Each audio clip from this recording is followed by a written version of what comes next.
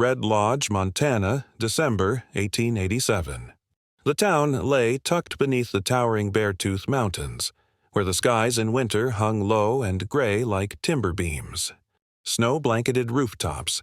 Horse hooves echoed off frozen mud, colder than the greetings between strangers. In a place where winter stretched into May, people learned to keep their distance, both in words and in trust.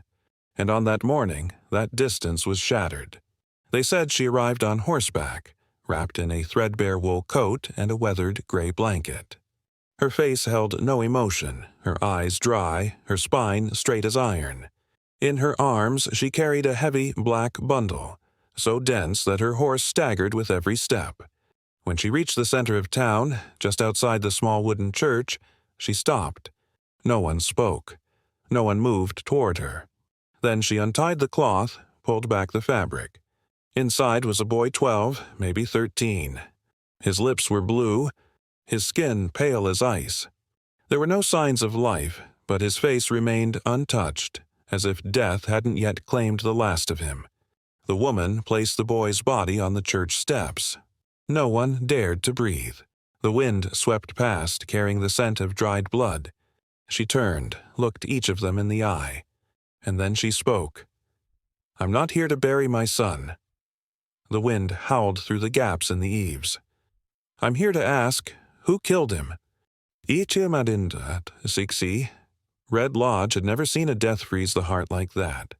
Not because a child had died, but because someone had forced the town to look it in the eye, no denial, no forgetting, no pretending. And in the days that followed, while winter clawed at rooftops, forests, and bones, this woman would peel back the layers of that town. Every lie, every silence, every shadow standing in daylight, until she found the one who took her boy, and made justice, no matter how cold walk the streets again. If this were a tale told by firelight, they might have called her an omen, a curse, a cry from the marshlands of memory. But to those who lived in Red Lodge in the winter of 1887, the name she carried was not fear. It was truth. Rebecca McVey had always been the kind of woman no one really saw. She lived on the eastern edge of Red Lodge, where the land hadn't yet been fenced and the grass hadn't grown back from the last harvest. The cabin she rented was half burned once, patched together with spare planks from the Crossley family's stables. No one asked where she came from. She never offered. People only knew she'd arrived with a boy named Isaac. The boy was thin, light brown-haired, quiet but polite. He once helped old Mrs. Elsie push a cart of firewood down a frozen slope. Another time, he stood holding a drying line for an hour in the wind so the laundry wouldn't fall. According to the pastor's wife, he had the kind of eyes that looked older than his age, like he'd seen something a child shouldn't see. Rebecca took sewing work from the church and did laundry for the Salters Inn. She never let anyone pay her more than 10 cents. Every evening after service, she'd walk with Isaac to the edge of the forest to collect firewood. No one quite knew how the two of them survived their first winter, when the temperature dropped to 20 below, and the path to the well stayed frozen for 10 straight days. But they never begged. Not once. Isaac disappeared on a Friday, December 9th, 1887. That morning, he had gone to deliver a letter to Postmaster Sims at the end of the main road. A short walk, not even half a mile. He wore only an old brown felt hat and a pair of canvas shoes with leather soles. The sun rose late that day, pale and slow. By noon, Isaac hadn't returned. Rebecca walked into town, asking door to door. Mrs. Sims told her she'd seen the boy at 10 a.m., handing over a small parcel. He said thank you and walked off toward the Leighton horse paddock, she recalled. After that, no one saw him again. The sheriff at the time was Edward Langley, a thick-bearded man who rarely made eye contact with widowed women. When Rebecca came to report the disappearance, he looked at her and asked, "Does the boy ever run off?" She replied, "No." "Could he have gone to a friend's?" She shook her head. "He doesn't have friends." "You sure he didn't run away? Because of some trouble at home? She looked him straight in the eye. I am his home. Langley promised to send a deputy. But over the next 2 days, no one knocked on her door. No search party. No posted notice. Nothing to suggest they truly believed her. On the third evening, a horse wrangler named Kyle Fletcher, who lived near Elbow Pass, walked past the creek and noticed something wedged between the rocks beneath the ice. It was Isaac. He lay tilted in the water, his lower half trapped beneath a slab of stone. His right arm was raised as if trying to shield his head. There were no signs of life, and no sign of the old brown felt hat. The sheriff's men arrived 3 hours later. There was no autopsy. No investigation. The report said, accidental fall, likely slipped on ice. Rebecca said nothing. She simply sat beside the body on the frozen bank of the creek. And when the sun dipped behind the Beartooth Mountains that evening, some said she still hadn't blinked once. 3 days later, she brought Isaac's body to the steps of the church. All of Red Lodge stopped. And when she asked, "Who killed my son?" no one answered. Not because they didn't know, but because maybe someone among them did. Since the day Rebecca laid Isaac's body on the church steps, Red Lodge seemed to forget how to breathe. People walked slower down Main Street, spoke softer in the saloon, avoided each other's eyes at the market. No one said Isaac's name, but everyone saw his face. The pale skin, the arm raised as if still trying to shield himself beneath the burial cloth. Rebecca didn't bury him. She kept his body inside her cabin, resting in a pinewood box she'd built herself. Each morning, she wiped him clean with warm cloth, dressed him in his best shirt, old but neatly folded. At night, she sat beside the box in silence. No tears, no whispers, just stillness. On the third day, she stood in the town square without a word. On the fourth, she knocked on the apothecary's door and asked one by one, "Did anyone see Isaac on Friday?" On the fifth, she walked to the Layton stables, the last place the boy had been seen. Georgia Layton, the stable owner's wife, was the first to speak. "Yes, I saw him," she said, clutching the edge of her apron. "He was standing near the fence, like he was looking for someone." Rebecca asked, "Was anyone else there?" Georgia lowered her eyes. There was a long pause. Then, quietly, she said, "Yes, my husband, and Wesley Davis." The name was no stranger. Wesley Davis, 37, once a dockhand for the Great Northern Line, arrested in Billings in 1884 for aggravated assault. Released for lack of witnesses. Returned to Red Lodge the following year, hired at Layton's ranch for $2 a week and a cot in the feed shed. Davis wasn't loud, but he had the look of a man always one word away from violence. He usually sat at the back of McGlinchey's saloon on Saturdays, not drinking much, just watching. Once, the blacksmith joked he walked like a hungry dog. The next morning, they found the blacksmith's horse gutted behind the barn. Rebecca didn't confront Davis. Not yet. Instead, she went straight to Sheriff Edward Langley's office. "You promised you'd find the truth," she said, her voice steady like an axe splitting wood. Langley sighed, looking away. "There's no evidence of foul play." And the bruises on his neck could have been rocks. The stream's slippery, lots of current, and the ligature marks on his wrists. Langley stood up. "You're accusing someone without a shred of proof." Rebecca didn't argue.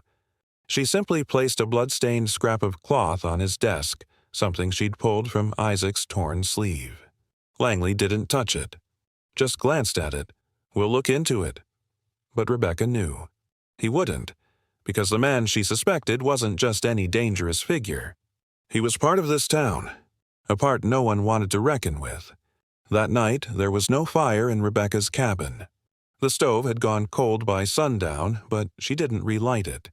Instead, she sat in the wooden chair beside Isaac's coffin, one hand resting gently on the lid, eyes fixed on the frost-laced window. On the table lay the latest issue of the Red Lodge Gazette. A tiny column near the bottom of page 2 read, "Local boy dies in creek accident. Likely a slip on ice." The article sat beneath a larger piece about the upcoming elk hunting season. Rebecca folded the paper slowly. It had been 5 days. No one had been questioned. No one held accountable. Wesley Davis still showed up at McGlinchey's saloon like nothing had ever happened. She understood now. Justice in Red Lodge wasn't built for people like her. No family name. No land. No voice that counted. Just a widowed woman and her dead son. So that night, she made her decision. She would no longer wait for lawmen. She would ask. And this time, they would have to answer. The next morning, she arrived at the Layton stables before dawn. Frost still clung to the roof beams. Wesley Davis was hauling saddles into the tack room. He wore a black wool coat, hat pulled low. When he saw her, he paused, squinting. "What do you want?" he asked. His voice was hoarse and flat, like he wasn't surprised. Rebecca didn't speak. Instead, she held up a small handkerchief lace-edged, stained with old blood. "I found this in the sleeve of my son's shirt." Davis glanced at it, then gave a faint smirk. "That proves nothing." It was tucked deep in a tear. "No other debris around it. You know where it came from." "You're making accusations." "No," Rebecca said, her voice low. "I'm reminding you of the truth you've been trying to forget." The air thickened between them. Davis stepped forward slowly. In the dull gray light, he looked less like a man, more like a shadow standing upright. "You ought to be careful what you think you know," he muttered. "Women around here don't last long when they start digging." Rebecca didn't flinch. She tilted her head ever so slightly. "That's the thing about women like me," she said quietly. "We're not afraid of death. We know it too well." Then she turned and walked away. Davis stayed frozen, staring after her. He didn't move. Later that day, someone knocked on Rebecca's door. It was Reverend Benjamin Crawford, a quiet man in his 60s, who lived alone near the north end of town. He carried an old Bible under one arm, though he didn't open it. "Miss Rebecca," he said, "I heard what you said to Davis, and I believe you." She didn't answer. The Reverend hesitated. "But I need to warn you. Davis doesn't stand alone. Someone's backing him. Who?" "Layton." Rebecca looked at him steady. "And who is Layton in this town?" The Reverend sighed. "He's land. He's horses. He's money in the local bank. And he's the reason Edward Langley still wears a badge." That night, for the first time in days, Rebecca lit the fire. She sat beside Isaac's coffin, watching the flames flicker across the cabin walls. On the table, she laid out scraps of paper names, places, times, not for the sheriff, not for a trial, but to trace every thread until someone paid. On the 6th night, a dry wind swept across Red Lodge, scattering ash from the churchyard and stealing away prayers that had barely left the lips. Snow covered the northern fields like a pale white sheet, but beneath it was hard, frozen earth and secrets no one dared name. Wesley Davis didn't leave the stables that day. He stayed quiet, but he wasn't stupid. He knew Rebecca's stare could break the silence this town had clung to for too long. As for Rebecca, she asked no more questions. She just sat and wrote. Names, dates, locations, phrases. Every offhand word anyone had ever spoken about Isaac. What the law had discarded, she rewrote into a map. A living chart of omission and avoidance. And then, on the 7th day, a name surfaced that she hadn't expected. Lucian Woodrow. He didn't work for the Laytons. He wasn't a neighbor. But according to Reverend Crawford, Lucian had once been arrested alongside Davis in Billings 3 years back, in the same assault case Rebecca remembered Isaac once mentioning. That red-haired man, Mama, eyes like a scared owl, she remembered. Rebecca reviewed her notes. Every time Davis left the stables at night, someone vouched he'd been drinking with Woodrow near the edge of town. But no one had considered that Isaac's death might not have been the work of one man. That afternoon, Rebecca pulled on her gray coat, tied her bonnet tight, and walked all the way to the Hollow Spur saloon where Woodrow was known to drink. He was there, sitting alone, beer in hand, eyes scanning the room like always. She didn't wait for permission. She walked straight to his table and set down a slip of paper. 3 lines written in ink, Isaac McVey. December 9th, Davis wasn't alone. He looked up slowly, eyes bloodshot. Not drunk, just afraid. "Who are you?" he asked. "The woman he called Mama," Rebecca said. He rose, stiff and twitching. She didn't wait. She turned and walked out, leaving behind something that felt less like a note, more like a snare. Outside, the wind was sharp as a blade, but she walked like there was no wind, no fear. That night, Woodrow didn't return home. By morning, they found him at the southern tree line, shaking, scratched, eyes wide and broken. "I didn't kill him," he mumbled. "I just held him down. Davis did the rest." Rebecca wasn't there to hear it. She was home, splitting kindling for the fire. Inside, Isaac's coffin had been closed, not to forget. But to prepare for the day, she would make the killer stand before the town that turned its back. The next morning, Red Lodge was no longer the same. News of Lucian Woodrow's confession spread faster than wind through the canyons. There was no affidavit, no sworn testimony, but in a town where silence had long been law, a single broken hush could collapse everything. Sheriff Langley could no longer pretend ignorance. When one man was found trembling in the woods, mumbling that he just held the boy down, and another known for violence hadn't even been summoned for questioning, people began looking at each other differently. Langley showed up at Rebecca's cabin that afternoon. He didn't come alone. With him were 2 men from Billings, an assistant district attorney and a stenographer. Rebecca wasn't surprised. She'd been waiting since morning, her hand resting on a cup of cold tea. Langley stepped inside and gave a slight nod. "We need your statement." "Officially," Rebecca set the cup down slowly. "No need to say it again," she said. "I'll write it." And she did. 3 pages, clear, steady handwriting. No cross-outs, no corrections. That evening, Davis was arrested at the stables. He didn't resist. He didn't speak. He just smiled, that hollow, gutless kind of smile people wear when there's nothing left in their heads worth keeping.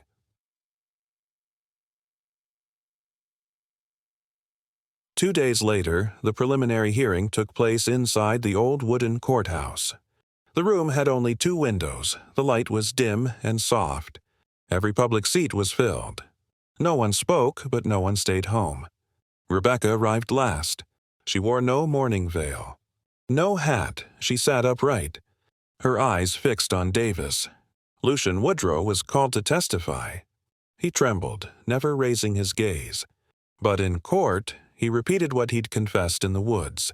He hadn't delivered the fatal blow, but he had held Isaac down, clamped a hand over the boy's mouth, to teach him a lesson. A lesson for butting into grown men's business. The room fell silent. Rebecca didn't flinch.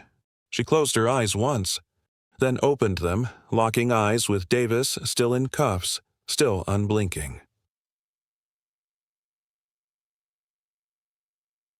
That evening, Reverend Crawford stopped by her cabin again. "Langley will likely be forced to step down," he said. "I hear there might be a new oversight panel coming from the state." Rebecca nodded. But she didn't smile. She didn't look relieved. "You know," she said, "a lot of people only started talking when they saw the body." The Reverend said nothing. "Maybe my son had to die just so this town would finally open its mouth." She turned and went inside, leaving him standing alone in the snow. That night, for the first time, Rebecca opened the coffin. Not to look, but to say goodbye. 3 weeks later, the snow began to melt. It didn't melt quickly. Nothing ever did in Red Lodge, but along the narrow path to the creek, The thick ice from December began to crack, hissing like someone waking from a long nightmare. On frost-hardened ground, a formal trial was convened, no longer in the old timber room. Officials came down from Helena bringing a real judge, a clerk, state marshals, and an unspoken message. Montana was watching Red Lodge. Davis was brought into the courtroom in shackles. He didn't smile anymore. His face was pale, hair slick with sweat. The old women of the town whispered, "Even the devil feels cold when he has nothing left to lean on." Rebecca didn't speak at the trial. She didn't need to. Her statement, 3 pages long, was already on record, precise to the minute, to the cloth, to the glance someone tried to hide. People said they'd never seen truth written with such cold clarity. Witnesses came forward. Some wept, some stared at the floor. But then the last witness stepped into the room, and silence fell like a sheet of ice. It was Ellis Boone, a 14-year-old boy, the son of the local grain store manager. He'd been friends with Isaac. They sometimes shot slingshots at squirrels near the tree line. He was the only one who saw Isaac being taken that day, and he had stayed silent for a month. When asked why, Ellis said just one thing: "Because I was scared. They'd kill my mom if I told." The courtroom went still as a graveyard. Ellis testified. He had seen Isaac held by 2 men behind the Layton stables. One of them was Davis. The other was Woodrow. They didn't shout. They didn't argue. They just clamped a hand over Isaac's mouth and dragged him away. Ellis heard muffled screams, then nothing. And what followed was silence, the kind Ellis had swallowed for 32 days. Davis was found guilty of first-degree murder. Woodrow was charged as an accessory, though his sentence was reduced for cooperation.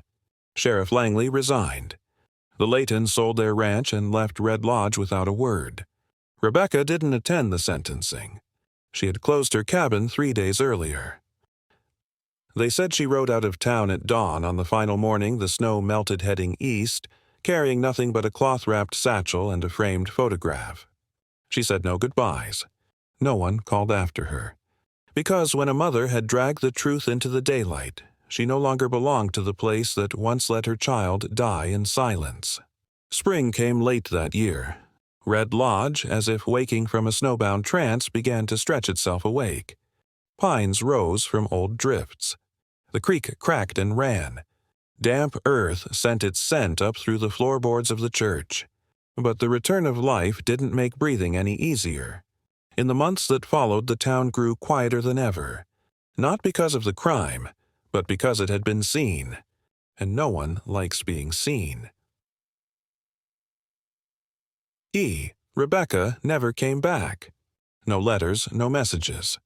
Only one man claimed to have seen her again, a traveling doctor named Elijah Carr, who said he encountered a dark-haired woman with gray eyes carrying an old picture frame and a bundle of herbs for wounds near the abandoned mines east of Miles City. She didn't ask for anything, he said, just wanted to know if anyone needed help watching children. After that, no one saw her again.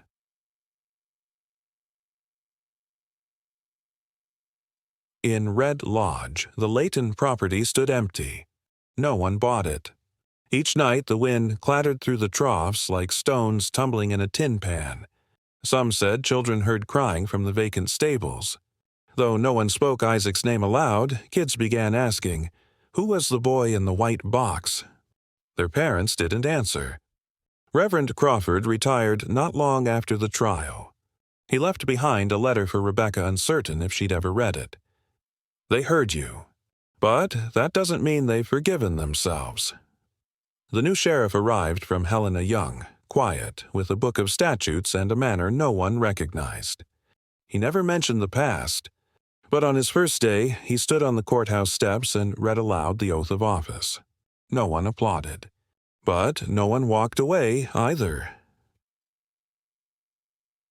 6 months later, a small stone grave was set beside the church. There was no service, no ceremony, only a single line, carved deep. Isaac McVey, 1875-1887.